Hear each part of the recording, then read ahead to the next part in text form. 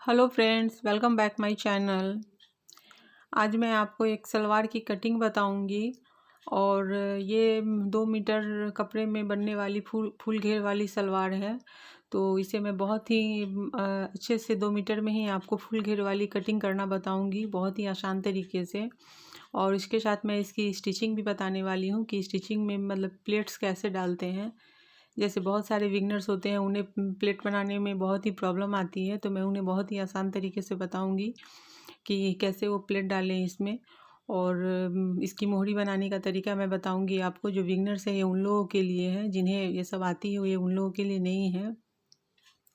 Beginners जो होते हैं वो बहुत ही छोटे छोटे स्टेप में सब कुछ सीखना चाहते हैं, क्योंकि उन्हें अगर आप अचानक से बहुत ही डिफ़िकल्ट स्टेप आप बताएंगे तो उनके लिए मुश्किल हो जाती है। तो मैंने यहाँ पे 2 मीटर कपड़े को डबल फोल्ड कर लिया है। डबल फोल्ड नहीं, मतलब 4 फोल्ड में है ये, क्योंकि दोनों पाँव के एक साथ कटेंगे। और इसके साथ मैंने यहाँ पे मोहरी के लिए 7 इंच पर मैंने यहाँ पे कर ली है, और ये 1.5 इंच मैंने यहाँ पे मार्जिन दे दिया है। तो एक साइड से हमें जो डबल फोल्ड वाले जो साइड होते हैं फ्रेंड, वो आप ध्यान रखिएगा कि मैंने यहाँ पे जो इधर से जो मैंने मार्किंग की वो डबल फोल्ड थे, और यहाँ से जो है ये खुली साइड है, जिधर से मैं यहाँ पोछे ले रही हूँ ऊपर से, तो वो हमें लेना है। वो हमें 9 इंच पे यहाँ पे लेना है। तो मैंने यहाँ पे 9 इंच, आप इसे 10 इंच ले सकते हैं, लेकिन उससे ऊपर आपको नहीं लेना है।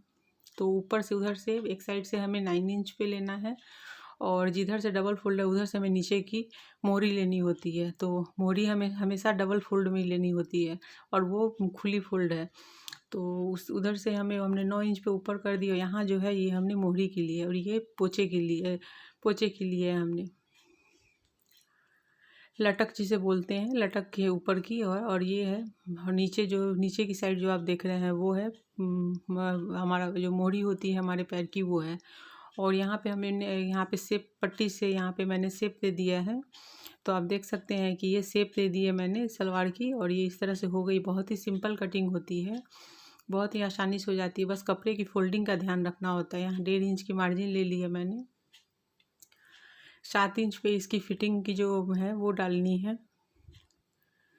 तो जो आपकी जो नीचे की गोलाई पैर की जो आती है, नीचे में जो मोहरी की आती है, उसका हमें यहाँ पे हाफ लेना होता है, क्योंकि कपड़े यहाँ डबल फोल्ड होते हैं। तो अगर 14 है तो 7 लेना है, 16 है तो 8 लेना है आपको। और इस तरह से मैंने यहाँ पे इसे कट कर दिया है। तो इस तरह से सलवार ये कट गई है।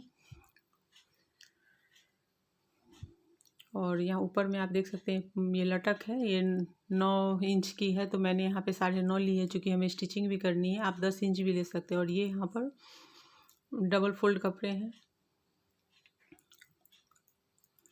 तो इस तरह से हमारी इसकी कटिंग हो गई है। तो अब मैं इसको, ये आप यहाँ तक समझ गए होंगे। अगर नहीं समझे हैं तो इस वीडियो को फिर से आप देखिएगा, तो आपको समझ में आ जाएगी। ये फुल घेर की आप देख सकते हैं कि कितनी घेर है इसमें।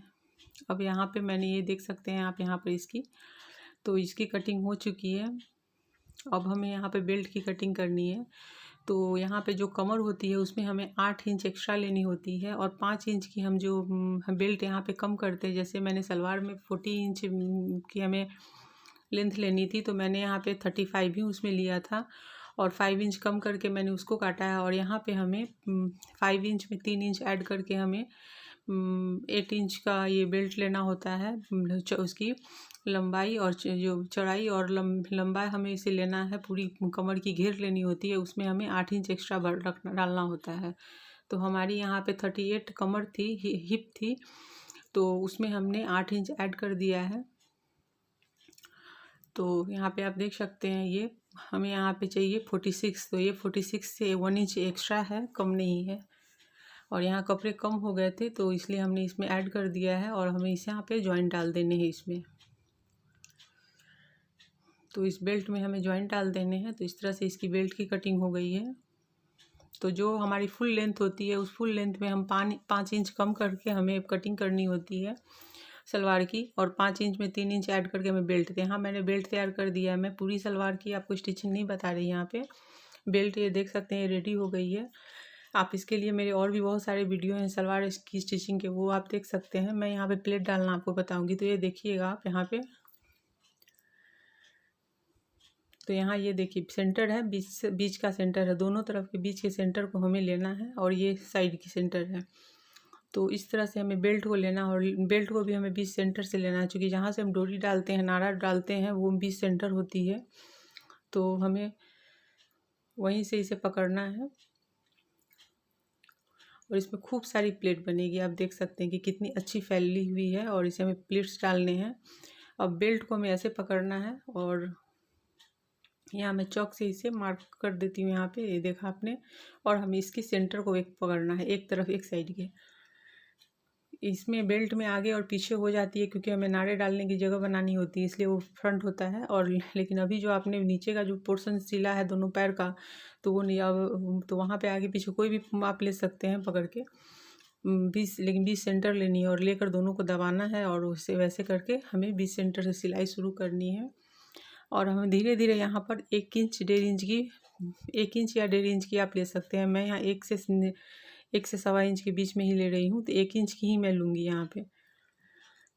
और जो सेंटर से हम जो लेते हैं, तो बैक पोर्शन से जो अगर हम लेंगे, तो वहाँ से हमें एक बड़ी प्लेट्स पहले डालनी होती है। उसके बाद यहाँ पे हम पहले थोड़ी दूर एक्स्ट्रा ऐसे ही सादा चला लेंगे।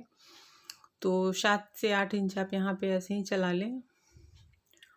तो ये देख सकते हैं, मैं आपको फिर सेंटर से इसे मार्क करके दिखाती हूँ। यहाँ पे ये देख रहे हैं ना, साइड से है सेंटर ले रही हूँ, वो बीच का सेंटर है और ये साइड का सेंटर हमें लेना है यहाँ पे। और हमें उस वहीं पर आकर के प्लेट्स को ज़्यादा भरने हैं। तो मैं यहाँ कट डाल देती हूँ।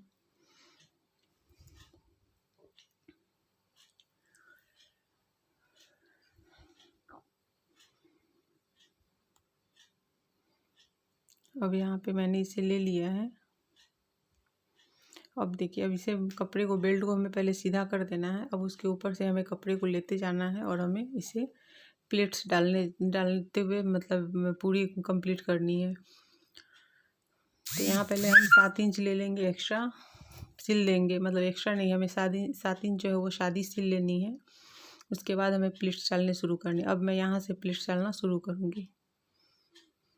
मैं बेल्ट ये देख लेती हूँ, मेजरमेंट कर लेती हूँ कि ये कितनी है, 7 इंच हुई कि नहीं।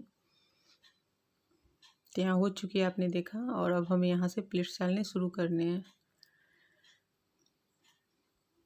लेकिन छोटे छोटे प्लेट्स डालेंगे हम यहाँ पे। अब वहाँ पे हमने 1 से 1.5 इंच की डालनी एक थी, बाकी अब हमें यहाँ पे छोटे छोटे प्लेट्स डालेंगे।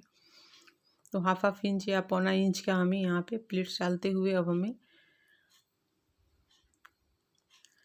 आगे बढ़ते जाना है।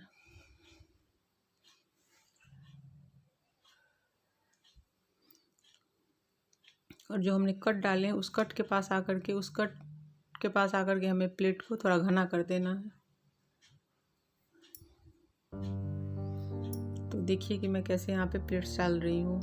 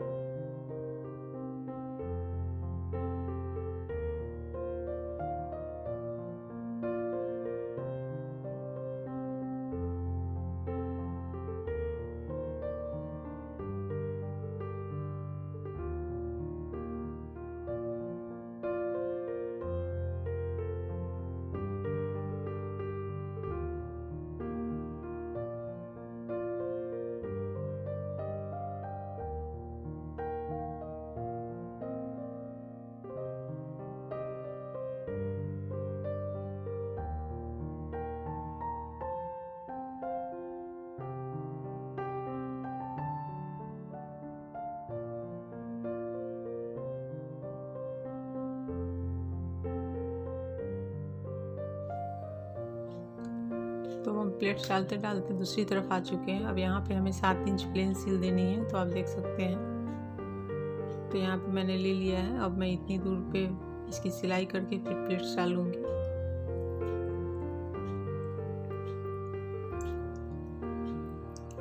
और यहाँ मैंने इसे कर दिया। अब मैं इतनी ही दूर में मुझे सारे प्लेट्स डालने हैं, क्योंकि अब हमें 7 इंच प्लेन सिलाई करनी है।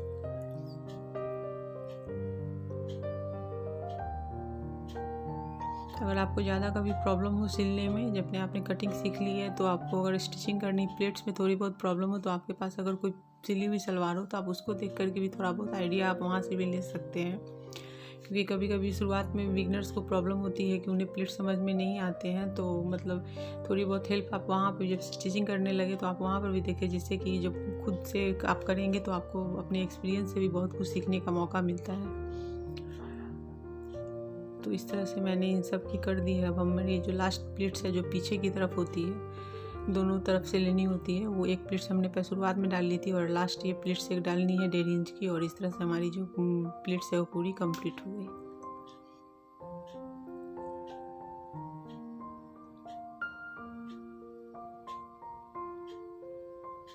तो इस तरह से हमारी जो प्लेट्स है वो पूरी हो चुकी है। देखिए कितने अच्छे से बैठी है, एक बराबर जाएगी सब तरफ। और यहाँ भी हो गई है, यहाँ इस तरफ भी है। तो अब हम यहाँ अंदर की तरफ, बाहर की तरफ से भी आप देख सकते हैं इसे। तो अब हम यहाँ पे मोहरी बनानी है, तो इसके लिए इस टाइप के कैनवास मिल जाते हैं जो मोहरी बनाने के लिए आते हैं। तो मैंने वही ले लिया। अब ये नीचे जो मोहरी के पार्ट है आप उसको मेज़र कर लें, या फिर आप उसको ऐसे फोल्ड कर लें और उस पर इस पट्टी को डाल करके देख लें और बराबर करके डबल फोल्ड करके कट कर लें। और ऐसे ही दोनों पाँव के हमें ले लेने हैं। तो इस तरह से मैंने कट एक पाँव का किया, दूसरे पाँव के लिए भी कर लेती हूँ। और हमें इन्हें अलग से कपड़े पे पहले स्टिच कर लेनी है और उसके बाद हमें इसे अटैच करना है। तो मैं आपको दिखाती हूँ, देखिए मैं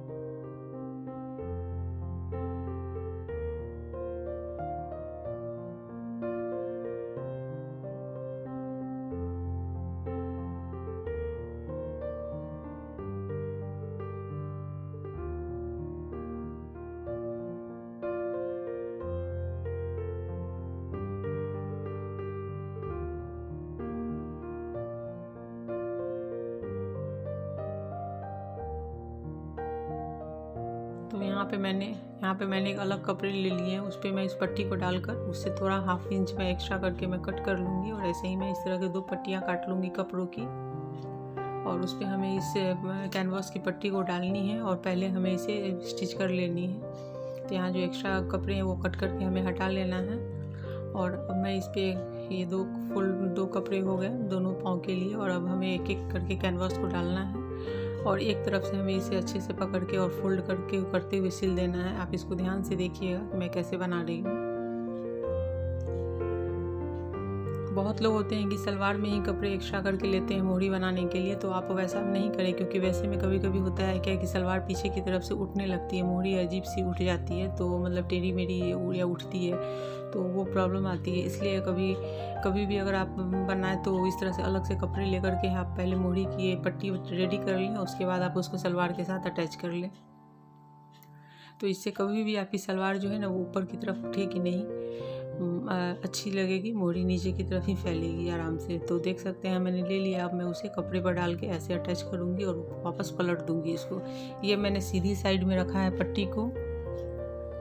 कपड़ा जो सलवार है वो सीधा है और जो पट्टी है ये उल्टी है, मतलब ऊपर से ये दिख रही है कैनवास। अब हमें इसे पहले पकड़ के अटैच करना है, फिर हमें पलटना है। तो आप देखिए कि मैं कैसे करके पलट रही हूँ।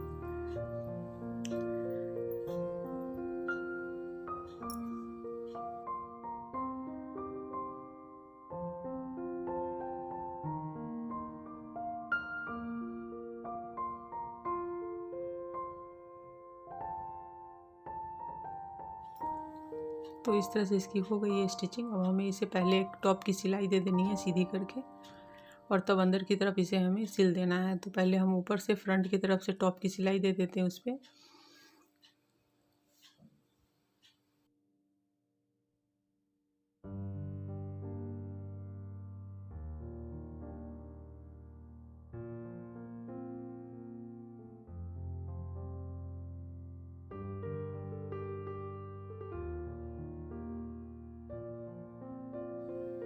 तो अब इस तरह से हमें इसे पलटना है अंदर की तरफ, और हमें इसकी सिलाई करनी है।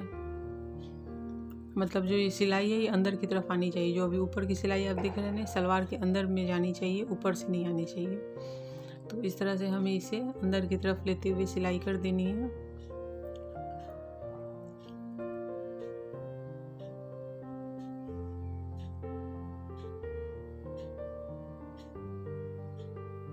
ये हो गई। अब हमें इसे करने के बाद अब मैं इसे जिगजैग में करके मोहरी में डिज़ाइन डाल दूँगी। आप कोई भी डिज़ाइन डाल सकते हैं, मैं जिगजैग डाल रही हूँ यहाँ पे। और इस तरह से करके पूरी मोहरी में आप एक डिज़ाइन डाल दें, जिससे कि मोहरी जो होती है अच्छे से सेट हो जाती है, कैनवास जो है वो नीचे अच्छे से सेट हो जाती है।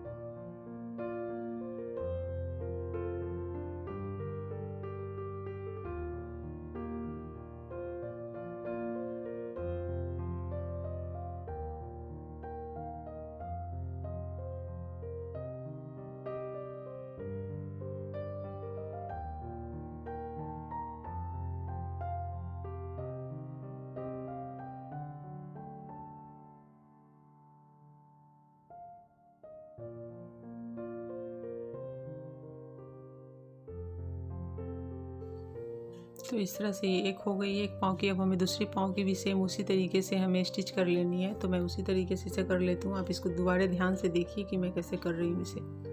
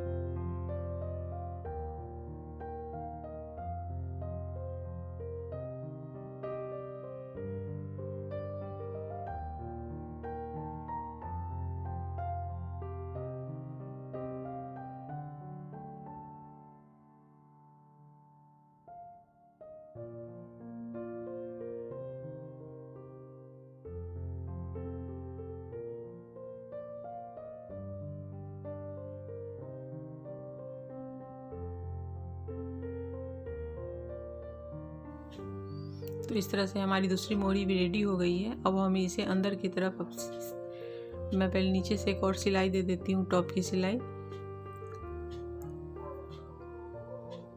आप चाहें तो इसमें कोई भी डिज़ाइन डाल सकते हैं, या फिर आपको डिज़ाइन डालने में प्रॉब्लम है तो आप कि सीधी सीधी भी 2-3 लाइन खींच देंगे तो वो भी अच्छी हो जाएगी। हमें इसे बस एक ही हमारा मकसद होता है इसको कि इसमें कैनवास अच्छे से फिट हो जाए। अब हमें सेंटर से सिलाई करनी है, जो अब साइड से खुली हुई है उसे सिलाई करनी है, तो आप हमेशा सेंटर से सिलाई करें। तो आप देख सकते हैं कि मैं ऊपर से 20 से ले रही हूँ और अब हमें यहाँ से सिलाई शुरू करनी है। अगर आप एक तरफ से शुरू करके एक पाँव से शुरू कर दूसरे पाँव तक जाएंगे तो कभी कभी एक पाँव से चढ़ते हुए जो दूसरी पाँव जाते जाते वो कभी कभी कपड़े छोटे बड़े हो जाते हैं। तो आप हमेशा एक सेंटर से ही सिलाई करें इसकी, और सेंटर से सिलाई करते हुए हमें आराम से कपड़े को संभालते हुए आप बराबर लेते हुए आप नीचे उतर जाए। तो अगर आपकी कटिंग अच्छी होगी तो मोहरी में कहीं भी प्रॉब्लम नहीं आएगी, मतलब कपड़े ऊपर नीचे जाएंगे ही नहीं। तो देख सकते हैं यहाँ पे मेरे कपड़े एकदम से बराबर, मोहरी एकदम बराबर आ गई है, थोड़ी भी ऊपर नीचे छोटी बड़ी नहीं हुई है। और यहाँ पे जो आपको 7 इंच या 8 इंच पे जो रखनी है तो मैं हमें 7.5 इंच पे मैं यहाँ पे रख देती हूँ।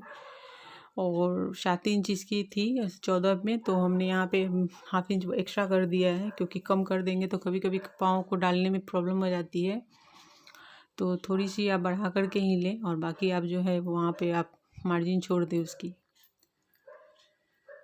और फिर मैं उसको वापस से सिलाई ले रही हूँ, डबल सिलाई कर देती हूँ, जिससे कि ये कपड़े बाद में खुलेंगे नहीं। और डबल सिलाई करते हुए बाद में मैं इसको इंटरलॉक कर दूँगी, तो ये और अच्छे से पैक हो जाते हैं। तो मैं जब भी कोई कपड़े बनाती हूँ तो रेडी होने के बाद मैं उसे इंटरलॉक कर देती हूँ, जिससे कि कपड़े में फिनिशिंग आ जाती है।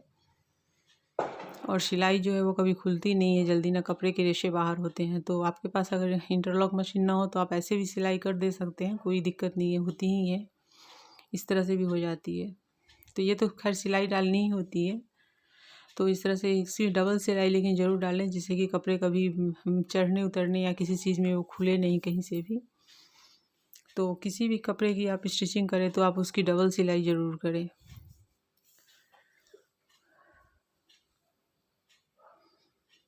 तो इस तरह से हमारी जो ये सलवार की पूरी स्टिचिंग कंप्लीट हो जाएगी यहाँ पे आकर के। और यहाँ भी मैं मोहरी की जो माप है वो लेकर के एक्स्ट्रा जो है उस पर मैं वहाँ पे स्टिचिंग डाल दूँगी।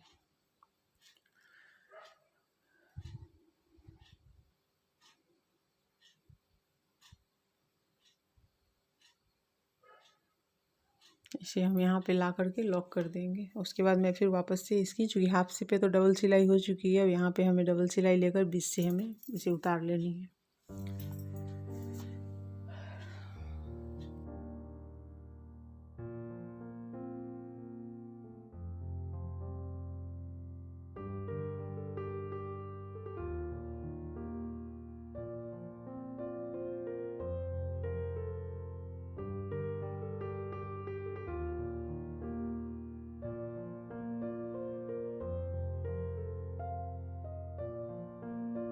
तो इस तरह से देख सकते हैं कि इसकी पूरी सिलाई हो गई है। सो फ्रेंड, अगर आपको ये वीडियो पसंद आई हो तो वीडियो को लाइक शेयर और कमेंट करना ना भूलें। और अभी तक अगर मेरे चैनल को सब्सक्राइब नहीं किया है तो चैनल को सब्सक्राइब करके बेल के आइकन को क्लिक कर दीजिए, जिससे कि मेरे आने वाली वीडियो की नोटिफिकेशन आपको मिल सके।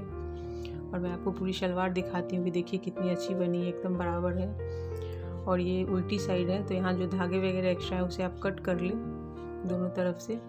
और इसे मैं सीधा करके भी आपको दिखाऊंगी। यहाँ पे देखिए ये सारे अच्छे से हो चुके हैं। और ये सीधी साइड है, तो यहाँ पे देखिए आप ये कि कितनी अच्छी बनी है। और एक बराबर प्लेट्स गई है। तो शुरुआत में आपको थोड़ी बहुत प्लेट ऊपर नीचे हो जाएगी, कोई बात नहीं है, धीरे धीरे सब सही हो जाती है।